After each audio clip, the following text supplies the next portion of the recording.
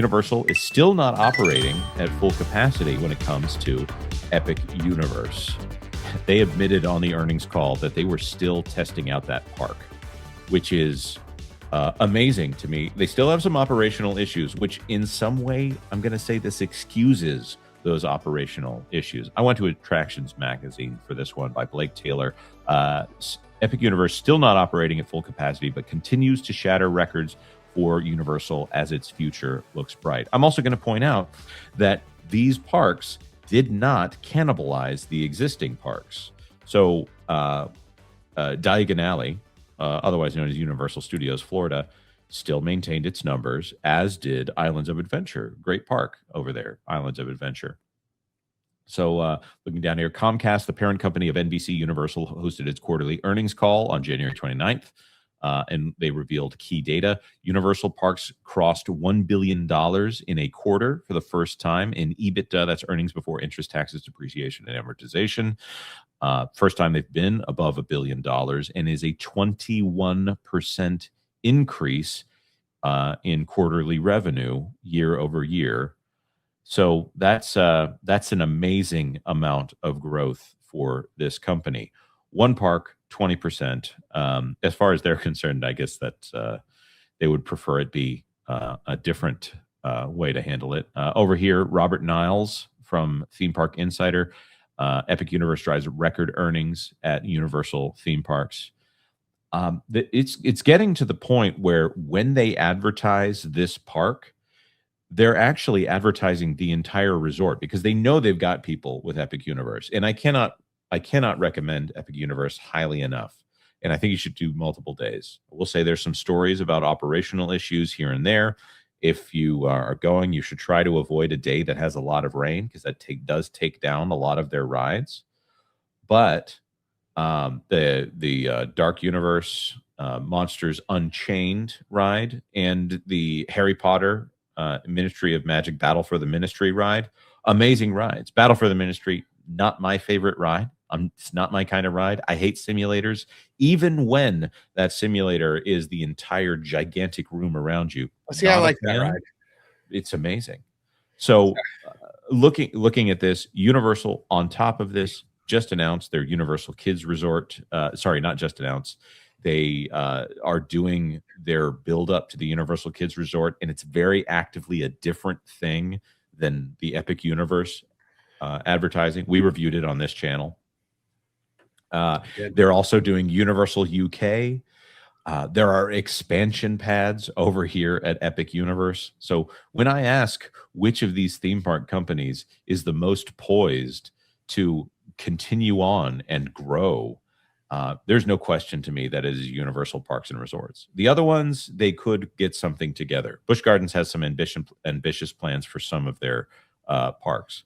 But to me, it's very clear that the $10 billion that Disney paid, 10 billion or so, like 8.96, whatever, that Disney paid for Hulu to get that out of Comcast's hands, that money being spent on Epic Universe, very easy decision. Yeah. Oh, yeah. There. So, Marv, do you think there's anyone else in the theme park space that is going to be growing, if not at this level, at some level, in a way that we need to be keeping an eye on? Oh, gosh. I mean, Dollywood would be the only other one that I think could grow because they're constantly expanding, right? Right. I mean, the last time I was at Dollywood, I saw there's so much room on that mountain of theirs, and they are actively expanding onto it. But I don't know if it's ever going to be as big as like a Universal or a Disney. Yeah. They need more resorts. They would need, I mean, they're also not a, 12 months a year operation. So yeah, I don't really think so. And it's definitely not, the Knott's Berry Farm, Six Flags, combo company that is going under fast. Right. So yeah, I honestly don't think so. Six Flags and Cedar Fair. Sorry for the naughty word that I threw in there by accident. But the Dollywood is mostly owned by Dolly herself, but it's operated by Hirschend, which Hirschend also does Silver Dollar City, Storyland theme park, Wild Adventures, Idlewild, Kennywood, Kentucky Kingdom, They have other parks in the United Right. States, and if they run them with the same level of care that Dollywood is run, which there isn't a person on the That Park Place staff that doesn't think that Dollywood is an amazing park. Yeah, I've never met anyone just in general that's been to Dollywood and has been like, meh.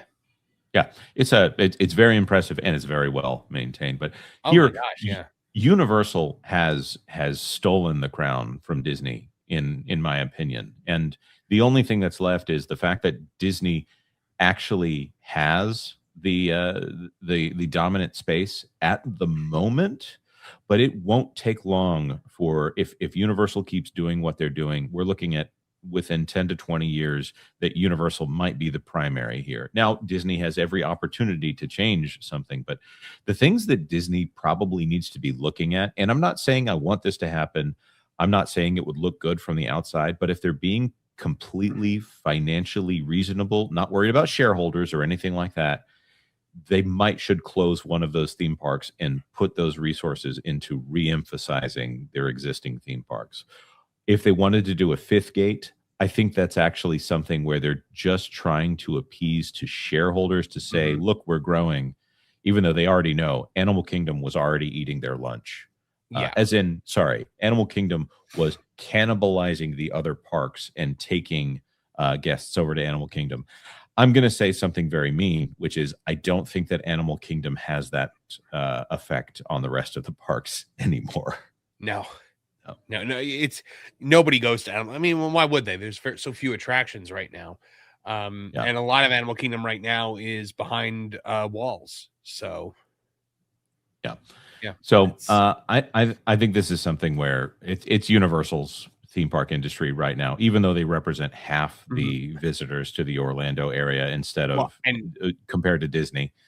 once Universal launches the cruise line, whew, depending on how that goes, that could be the game changer right there. Disney needs to hold on to the cruise. Disney still has the cruise crown for now, as Yeah. long as it's people who have never experienced a Disney cruise, because we know a lot of people who frequently go on Disney cruises, and they're a little iffy on whether or not it's what it used to be. So I just started going on Disney cruises the last couple of years, so all I know is like what it currently is. I've only ever been on the Wish, and I've been on it like 3 or 4 times. So, yeah, it's I don't know. I like Disney cruises a lot, but a Universal cruise sounds like it could be really cool. yeah, let's see. If I'm cruising with Doc Brown and the Ghostbusters and stuff like that, I mean, like, It's come gonna on, be a man. time ship, Marty. Yeah. Thanks for watching That Park Plays News. For more information, consider checking out www.thatparkplace.com. And don't forget to subscribe, share, like, and send this out on your favorite social media accounts.